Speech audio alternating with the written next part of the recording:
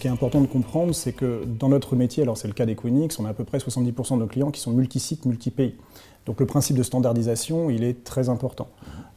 Et donc c'est vrai que nous, on a beaucoup de clients, notamment américains ou asiatiques, qui arrivent en Europe et qui doivent appliquer dans plusieurs pays, des fois des législations liées à la protection des données à caractère personnel.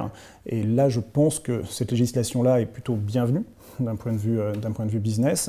Après, elle relève certaines complexités de par l'activité de ces fameux clients. On évoquait le cloud, mais nous, on héberge des catégories de toute nature. Donc on va avoir des clients finaux qui, eux, vont avoir leurs propres données à gérer, et puis des prestataires de services sur nos bâtiments qui, eux-mêmes, de fait, vont gérer les données de ces clients finaux. Donc nous, on est un petit peu au cœur de ce contenant qu'est le data center et de la gestion des données qui sont faites entre acteurs au sein du bâtiment. D'accord. On va prendre le temps de freiner et d'exemplifier.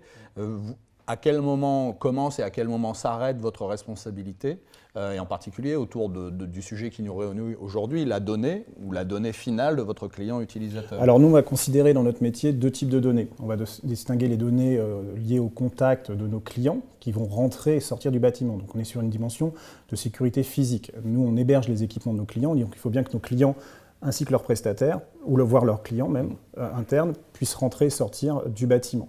Donc ça, c'est un premier niveau de données. Et là, sur ces données-là, on est effectivement, la GDPR s'applique complètement, puisqu'on doit avoir des PO, enfin on verra tout à l'heure les différents process, mais on doit effectivement s'appliquer au règlement européen tel qu'il vient d'être défini. On a une autre catégorie qui, là, c'est ce qu'on appelle le Customer Data, donc c'est les données des clients, tels qu'ils les gèrent à l'intérieur de ces fameux serveurs qui sont hébergés chez nous, dans le cadre de leur activité. Et là, effectivement, nous, on n'a pas d'accès direct à ces données, on n'est pas prestataire de gestion de ces données, donc là, le règlement pour nous ne s'applique pas. Donc voilà, deux catégories différentes.